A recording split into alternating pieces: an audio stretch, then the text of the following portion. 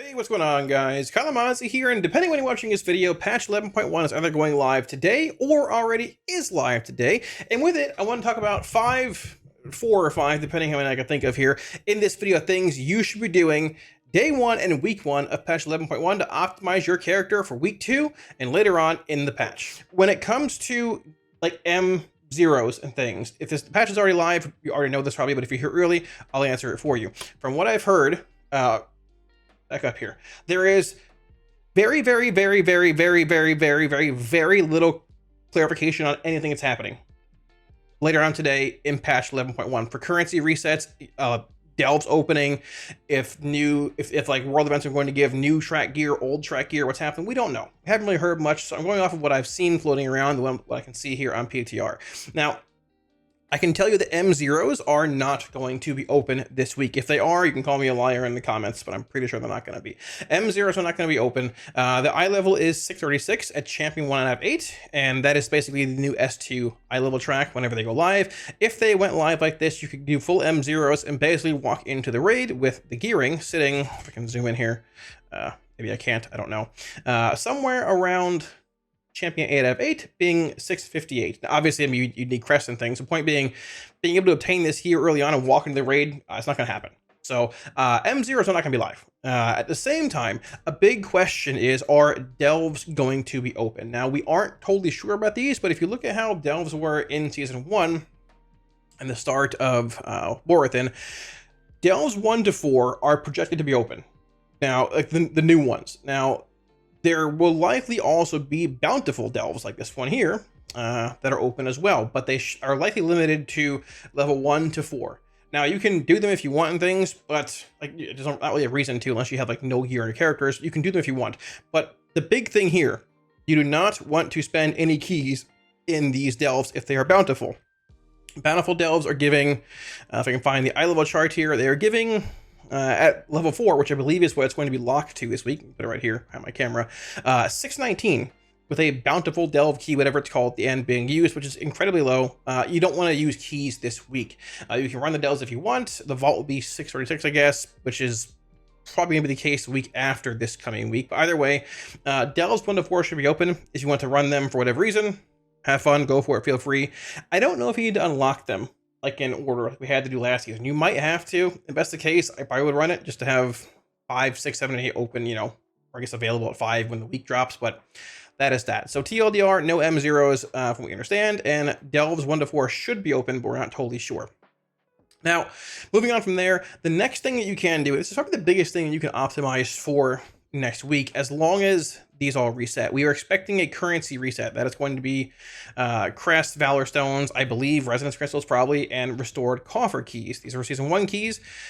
You could buy them here if we were on retail, not PTR, for S1 keys, obviously. Now, you can't buy them here in S2. You have to grind the actual like Renown line out with that Season 2 progress, but you can get them, once again, from doing these larger world quests. There's one here, I believe, in Hellowfall. It's right over here. These locked special assignment quests, which if you think back to early 11.0, do 3 quests in the zone, they unlock, they give you this cache, which has some gear in it. I believe the eye level in this cache is likely going to be S2 eye level, probably.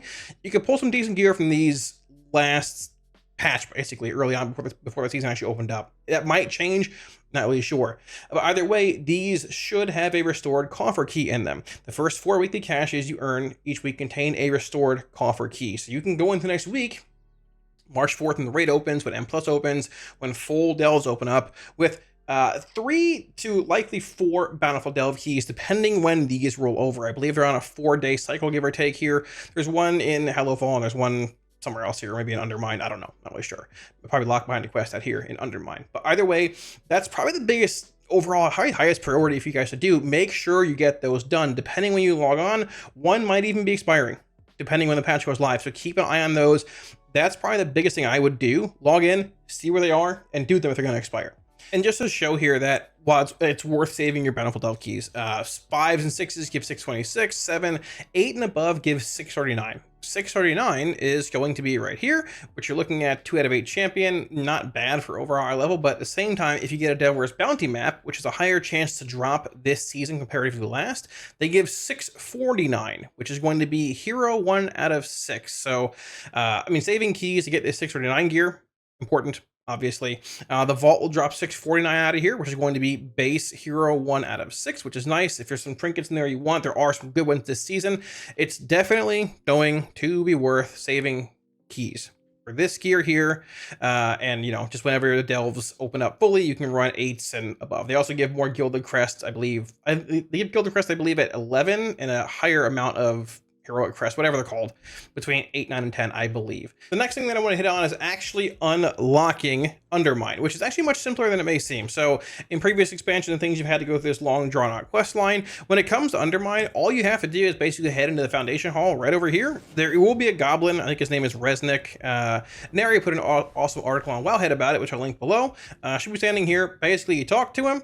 Do it, this guy right here, standing right there, talk to him. Hop on down. When opportunity explodes, the quest line he gives you, and you basically fly into Ringing Deeps, unlock the zone, and you are good to go. Now, once you do that, there's a portal you can unlock as well, which is very, very easy to do, very simple. You don't have to fly down the hole in the ground anymore to get there once you unlock it.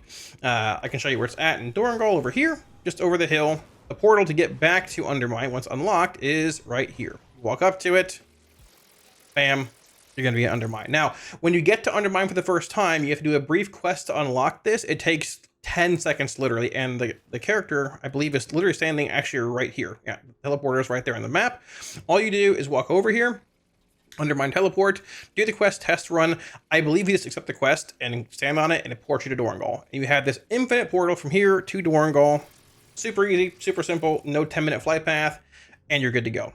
Now, the next thing might seem a little basic, but honestly, it's definitely worth getting out of the way this week. I know last season, I didn't do it week 1, and I regretted it when I was busy week 2, not getting things done. And that is going to be simply doing the campaign. Now, there's more to this than just that. Once you unlock the portal and everything in Dorangal, the campaign, I believe, begins in the actual main just hotel here, the Incontinental, if you're a John Wick fan. There you go.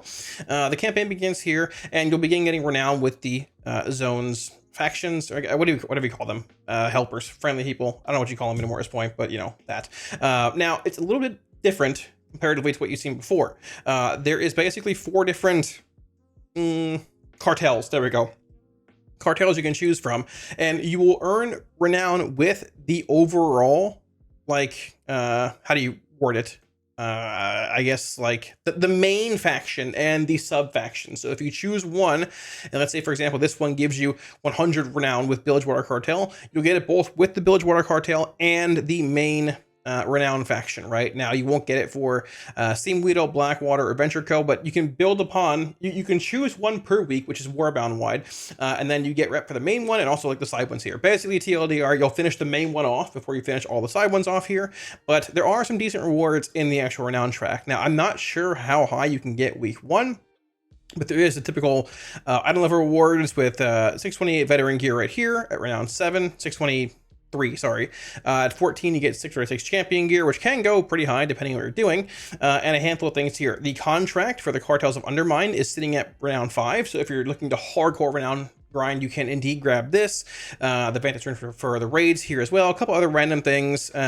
Restore Coffer keys. Speak with this person to get one. The typical like Renown grinds and Valorstones, which are important. Obviously, Valorstone reset some Crest here and there, and all that kind of stuff. Now, when you get to Renown 20, speak to this person to receive an enchanted, runed, undermined crest. This is going to be a crest for crafting a heroic piece of gear.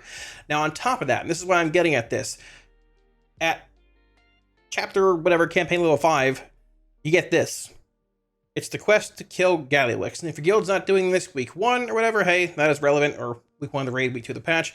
Not as relevant, but it does indeed give a heroic crafting crest. Now, crests are a bit cheaper this time around for heroic mythic ones comparatively to the last patch, but still saving 45 heroic crest week 1 of the raid is going to be exceptionally important. So there are 4 chapters available from what I've been told week 1, and then I think the 5th one, which I believe is this at the very end to defeat Gallywix, should be available week 2. Finish the first 4 week 1. We're not doing anything else. Finish those off, get it out of the way, and then when the week 2 rolls around, the raid's open, go in there, finish this off, get the quest, go blow up Gallywix, and get your free heroic crafting crest.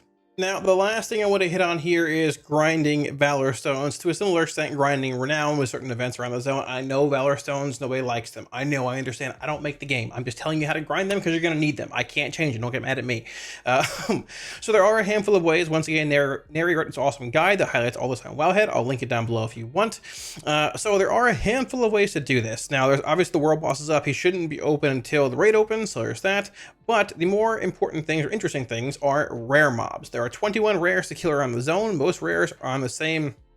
Most rares are the same as normal rares. Some are zone-wide events that proc and say, hey, can kill this thing. Similar to, it's like Horthia. I don't know. I know Horthia is a scary word, but point being, still, you know. When the rares die, they drop Valorstones, and they are a daily lockout. They can be killed for their reward once per day, and their loot lockouts are reset with a daily quest reward. So technically, if you want to maximize Valorstones, depending on how many you can get from the events down below as well, it might be worth killing these if you're dropping Valorstones, maybe some decent gear, maybe there's like a niche trinket you want somewhere. We're not really sure. There's some loot here you can see. There's like some cloth hands.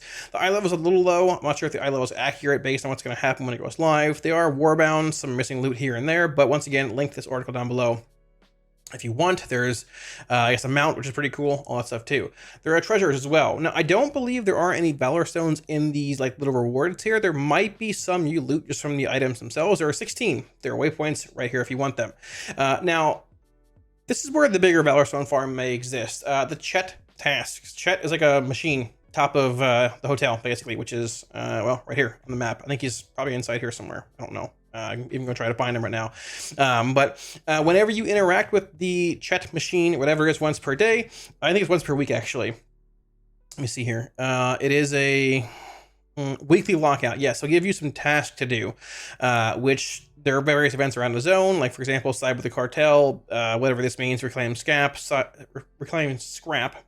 gig, war mode violence. Not doing that, but once you do 4 out of 8, the list will become complete. You can turn it in and get 250 Valorstones. You get some rep and turning things in here as well for finders fees, so on and so forth. At Renown 13, you will receive a one-time second Chet list, so you get basically 500 at Renown 13. I doubt we're getting Renown 13 this week, but either way, hey, you know, if there's some way to farm it, maybe you get it. Here's the raid. Here's the raid entrance too. It's right there. Very exciting entrance. I believe it's up here on the 2nd floor somewhere. This place, there's the quest line you want to start. I believe it's up here somewhere. Right there. There you go. Perfect. This thing. Right here. Talk to it, and it should give you a list. Perfect. There it is. What did I get? I don't know where it went. Chat list. Bam.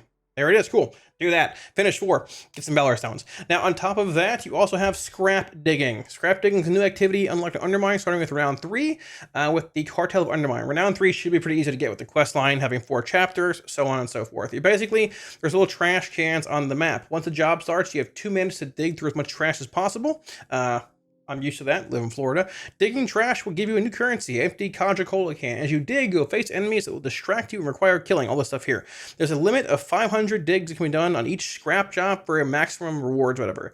At the end of 2 minutes, a dented crate will spawn that can be looted for gold, Valorstones, and resonance crystals. I don't know if there's a limited amount of like digs you can do per day or not, but there are some things you can buy and stuff here too, or I guess you can get from higher renown. You dig faster, so on and so forth. These look to be the best like Valorstone grinds currently you can do week 1. Not sure if they're capped, not sure if they're all gonna be active or not. If there's some new wax dig, probably make a video on that too. But for now, that's all that I would probably look to do week 1. Besides that, honestly, the new zone's super sick. You can get your car, enjoy the zone, drive around, and know that the week after, March 4th, the raid opens, M+ opens, Big Delves open, and we're slamming.